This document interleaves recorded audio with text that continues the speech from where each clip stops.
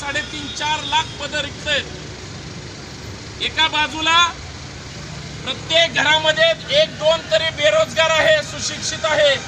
मग ते मुलगा असेल किंवा मुलगी असेल, आई बाप पोटाला चिमटा घेऊन मुलांना लहानाचं मोठं करत असताना चांगलं शिक्षण देण्याचा प्रयत्न करतात। आणि सरकार काय करतं, त्यांच्या हक्काच्या मिळणाऱ्या नोकऱ्या ह्या कंत्राटी पुन्हा ज्यावेळेस कंत्राटीकरणाचा GR काढला, 9 कंपन्या आहेत, कुणाच्या आहेत, कोण आहेत, सरकारचे जावई। इथं पिंपरी चिंचवड मधला एक आमदार भाजपचाच, तिकडे मुंबई मधला एक आमदार भाजपचाच। त्यांना काय फक्त मलिदा खायला जन्माला आलेत का? आणि मग त्या 9 कंपन्यामध्ये जर ह्यांच्या चेले चपाट्यांच्या कंपन्या असतील, आमच्या सारख्या सर्वसामान्य कुटुंबातल्या पोरांना नोकरी कधी लागणार? ते हपचड्डीवाल्यांना केंद्र सरकारने आदेश काढला, डायरेक्ट सचिवपदी भरती। तो फक्त क्रायटेरिया एकच आहे, तो RSSचा असावा आणि जानवं घातलेला असावा। मग आमच्या बहुजनांनी काय करायचं? भारतीय संविधान डॉक्टर बाबासाहेब आंबेडकरांनी सगळ्यांसाठी काढलं। आज त्या संविधानाला सुद्धा या सरकारने धोक्यात आणण्याचं काम केलं। आणि जे अध्यादेश काढले जातात, मग ते सरकारी नोकरीचा असू द्या किंवा डायरेक्ट सचिव पदावर भरतीचा, सगळे संविधान विरोधी असंवैधानिक पदं भरली जातात। सरकार एवढ्यावर थांबलं का? मुरदाड जनता हे सगळं उघड्या डोळ्याने पाहते, बोलायला कुणी तयार नाही। विरोधी पक्ष तर अक्षरशः त्या वटुवगळासारखा झाडाखाली उलटा टांगल्यासारखा आहे। कारण कधी दारात मिस कॉल द्यायला ईडीची, CBIची, इन्कम टॅक्सची त्या ठिकाणी रेड पडेल, त्याच्यामुळे विरोधी पक्ष बोलायला तयार नाही। 4 दिवस होतात न होतात अंगाची हळद निघते ना निघते की लगेच या राज्यातल्या जेवढ्या काही जिल्हा परिषदच्या शाळा आहेत, आता ज्यांची पटसंख्या 1 ते 20च्या आत असेल, त्या सगळ्या शाळा बंद। मोदींचा, फडणवीसांचा, शिंदेंचा मुलगा ग्रामीण भागात एखाद्या खेडेगावात शाळेला जातो का? नाही जात। गोरगरिबांची मुलं त्या शाळेत जातात। विचारा सत्ताधाऱ्यांना कुणाला की तुम्ही ग्रामीण भागामध्ये त्या ठिकाणी आत्ता तुमची मुलं पाठवतात का? अपवाद होता RR पाटील साहेब, त्याच्यानंतर एकाचंही कार्ट त्या जिल्हा परिषदच्या शाळेत नाही। आता सरकारचं लक्ष त्या जिल्हा परिषदच्या शाळेच्या जागेवर आहे। काय ठरवलं लगेच सरकारने की शाळाच त्या ठिकाणी कंत्राटी पद्धतीनं विकून टाकायच्या। आता त्याला सुद्धा यांची चेले चपाटी मंडळी त्या सगळ्या शाळा विकत घेणार। म्हणजे सरकारी नोकरी कंत्राटी, तुमच्या शाळा कंत्राटी। आणि याच्यावरच नाही थांबले ते, जी सर्व शिक्षा अभियान होतं, गाव तिथं शाळा संकल्पना होती। शाहू महाराजांनी जो अध्यादेश काढला होता, जर तुमचा मुलगा शाळेत नाही पाठवला तर तुम्हाला त्या काळी 2-5 रुपये दंड केला जायचा। लोक भीतीनं मुलांना शाळेत पाठवायचे, सक्तीचं असतं।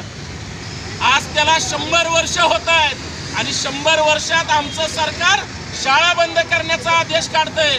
लाज वाटली पाहिजे या राज्यकर्त्यांना। अरे शिक्षण मंत्री काय तिथं खुर्चीवर बसून गोट्या खेळतात का? हा सुद्धा एक संशोधनाचा विषय। हे सगळं दुर्दैव आहे, तरी आम्हाला काहीच वाटत नाही। आमच्या संवेदना बोथट झाल्यात, माणसाचं हृदय आमच्या मनात राहिलं नाही। अहो, कोरोना काळात जगावं की मरावं, सरकारने ढिगाणी माणसं मारली, सगळी सरकारी यंत्रणा कुचकामी। सरकारने आता अजून 2 दिवसामध्ये 3रा अध्यादेश काढला।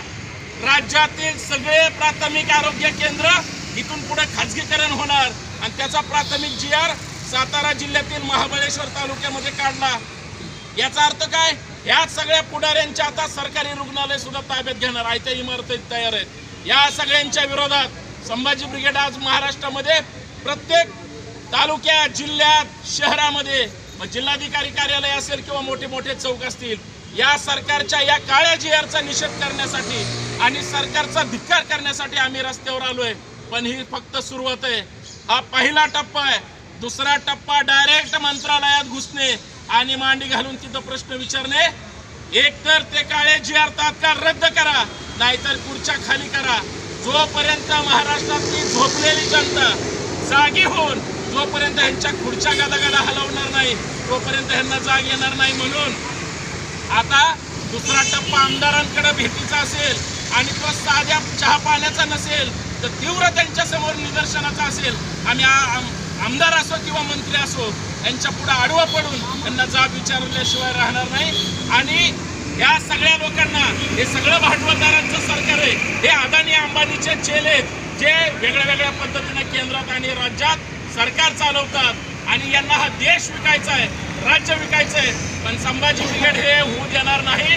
तुम्ही कितीही भांडवलदारी आणा, आम्ही गाडल्याशिवाय राहणार नाही आणि आमच्या न्याय हक्कासाठी, आमच्या सर्वसामान्य माणसासाठी आम्ही असे काळे कायदे सुद्धा करू देणार नाही। त्याच्यासाठी पुण्यामध्ये आज संभाजी ब्रिगेडचे शहराध्यक्ष अविनाश मोहिते साहेब असतील, जिल्हाध्यक्ष चंद्रशेखर गाडगे साहेब असतील, दुसरे जिल्हाध्यक्ष उत्तम कामटे असतील, या सगळ्या नेत्यांच्या नेतृत्वाखाली या ठिकाणी आंदोलन सुरू आहे। जर सरकारने तात्काळ दखल घेऊन जर हे GR रद्द नाही केले तर संभाजी ब्रिगेड अजून रस्त्यावर उतरून तीव्र आंदोलन संभाजी ब्रिगेड स्टाईलने केल्याशिवाय शांत बसणार नाही।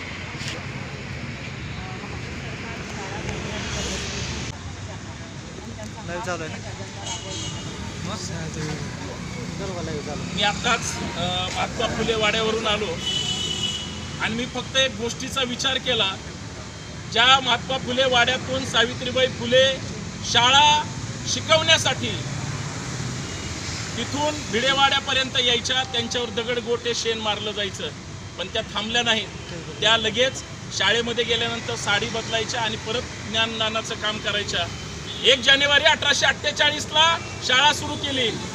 सांगा मुख्यमंत्र्यांना टोटल किती होतंय, किती वर्ष झाले? जर सावित्रीबाई फुलेंना वाटत असतं, महात्मा फुलेंना जर कळलं असतं की त्यांना जर असं कंत्राटीकरण म्हणजे पद्धतीनं जर शाळा सरकार काढणार असेल, किंवा आज जर महात्मा फुले असते, सावित्रीबाई फुले असते, नक्कीच या सरकारवर शेतकऱ्याचा असूर ओढला असता। नक्कीच या सरकारच्या डोक्यातले गुलामगिरीचे जी काही जळमट आहेत ती काढून टाकली असती। का हो, कर्मवीर भाऊराव पाटलांनी कशासाठी शाळा सुरू केल्या? तुमचा जो प्रश्न आहे, बहुजनांच्या मुलांना शाळाच त्या ठिकाणी मिळू द्यायच्या नाही का?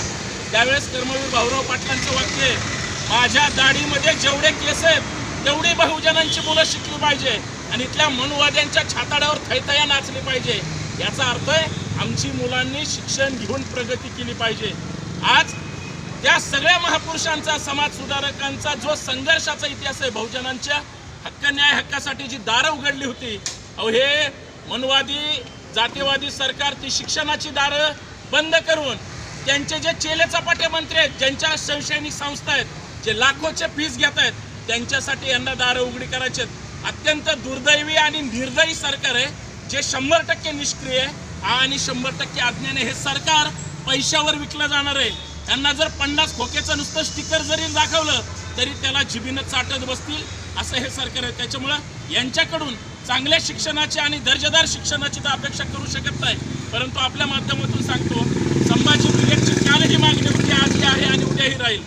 जोपर्यंत महाराष्ट्रामध्ये सक्तीचं मोफत आणि दर्जेदार शिक्षण मिळणार नाही तोपर्यंत शिक्षणाचं महत्त्व लहान मुलांना, त्यांच्या पालकांना आणि जनतेला कळणार नाही आणि ते त्यांना सक्तीचं जोपर्यंत मिळणार नाही तोपर्यंत आमचा टक्का हा शिक्षणामध्ये अव्वल दर्जाला येणार नाही।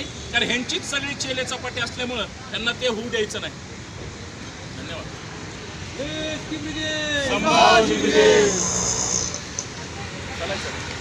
सरकारनं अनेक GR या महाराष्ट्राच्या मातीमधून महाराष्ट्रामध्ये हिटलरशाही पद्धतीने आज रोजी रुजू केलेले आहेत। या तळागाळातील वंचित असेल, पीडित असेल, दलित असेल, शेतकरी असेल, कष्टकरी असेल, कामगार असेल, यांना गाडायचं काम या महाराष्ट्र सरकारनं चालू केलेलं आहे। म्हणून या माध्यमातून विचारतो की या महाराष्ट्र सरकारचं डोकं ठिकाणावर आहे का? शेतकऱ्यांच्या पिकाला हमी भाव नाहीये, तरुणांना नोकऱ्या नाही आहेत, सर्व काही बट्ट्याबोळ्या सरकारनं करून ठेवलेलं आहे। आणि आज खऱ्या अर्थानं महाराष्ट्रामध्ये हिटलरशाही रुजू होण्याची वेळ आज या सरकारनं आणलेली आहे। कंत्राटी भरता करताय, कशा पद्धतीने करताय, कोणाच्या जीवावर करताय, कुणाला मोठा करण्यासाठी करताय, हा प्रश्न या ठिकाणी पहिल्यांदा सरकारला विचारायचा आहे। शाळा तुम्ही संपवत आणल्या, झेडपीच्या ज्या शाळा या महाराष्ट्रातून तुम्ही हद्दपार करण्याची वेळ आज आणलेली आहे। गोरगरिबांवरती हा अन्याय आहे, कष्टकऱ्यांवरती अन्याय आहे। गोरगरिबांना दाबण्याचा हा प्रयत्न आहे। म्हणजे गरिबांच्या मुलांना शिकायचं का नको हा प्रश्न या ठिकाणी उपस्थित केला आहे। हजारो वर्षापूर्वी ज्या महाराष्ट्रामध्ये तुम्ही जे मनुवादी प्रवृत्तीचं सरकार या ठिकाणी चालू केलं होतं, ज्या गरिबांवरती अन्याय तुम्ही अत्याचार केले त्याच धर्तीवरती पुन्हा एकदा या महाराष्ट्रामध्ये या भारतामध्ये मनुवादी सरकार येऊ पाहत आहे आणि ते तुम्ही आणि आम्ही फक्त आणि फक्त उघड्या डोळ्यांनी पाहतोय. आज रोजी कंत्राटी पद्धतीने भरती केलं जात आहे तरी सुद्धा आपण गप्प बसलोय. या महाराष्ट्रामधून एक बुलंद आवाज या ठिकाणी तरुणांनी उठवला पाहिजे आणि तो उठवला जातोय तरी सुद्धा हे बहिरं आणि मुक्का आणि आंधळं झालेलं सरकार हे फक्त आणि फक्त पाहत बसलेलं आहे. म्हणून याच माध्यमातून आज रोजी या सरकारला कडक इशारा आहे की जर तुम्ही हे थांबवलं नाही, त्वरित मागं घेतला नाही आजीआर, तर या महाराष्ट्रामध्ये कुठल्याही आमदाराला मंत्र्याला या ठिकाणी फिरू दिलं शायर नाही असा विनंतीवाजा इशारा संभाजी ब्रिगेडच्या वतीनं पुणे शहर आणि पुणे जिल्ह्याच्या वतीनं आपल्या माध्यमातून या ठिकाणी देत आहे. संभाजी ब्रिगेडचे प्रवक्ते माननीय संतोष शिंदे या ठिकाणी आलेले आहेत. त्यांना विनंती आहे की आपण आपलं मनोगत या माध्यमातून या ठिकाणी व्यक्त करा. खरं तर महाराष्ट्रामध्ये इथं जे उपस्थित आहेत सगळे कुठं ना कुठं तरी काम करतात. ठीक आहे, त्यांना सरकारी नोकरी लागलेली नाही, परंतु आज प्रत्येक क्षेत्रातील प्रत्येक काम हे कंत्राटी बेसिसवर सुरू आहे. याचा अर्थ देशाच्या प्रधानमंत्र्यांनी ठरवले हा देश विकायला काढायचा, राज्याच्या मुख्यमंत्र्यांनी त्यांचीच रीग ओढायचं ठरवलंय की हा देश विकायला काढायचा, राज्य विकायला काढायचं. आणि म्हणून महाराष्ट्रात सुद्धा कंत्राटीकरणाचं पेव फुटलं म्हणजे दुर्दैव या गोष्टीचं आहे. सरकार पंजाचं असो किंवा छक्क्याचं असो, जनतेला काही देणं घेणं नसतं. सरकार आमच्या हिताचं आहे का याच्यावर आमचा प्रश्न असतो. ज्याचं पोट पाठीला चिटकलंय त्याच्यासाठी इथं संघर्ष केला जातोय. संभाजी ब्रिगेड त्याच्यासाठी लढते, कारण शेतकरी, कष्टकरी, कामगार, शेतमजूर जर सरकारच्या धोरणामुळे उद्ध्वस्त होत असेल आणि आता तर महामहिम राज्याचे मुख्यमंत्री खरं तर त्यांना जगाचं काहीतरी एखादं मुख्यमंत्री केलं पाहिजे. आम्हाला लाज वाटते, आम्ही असे लोकप्रतिनिधी आमदार खासदार निवडून देतो, तिथं मंत्रालयात किंवा संसदेत जाऊन मूग गिळून गप्प बसतात. काय केलं या 15 दिवसामध्ये महाराष्ट्र सरकारने? राज्यामध्ये इथून पुढे जर सरकारी भरती निघाली तर ती कंत्राटी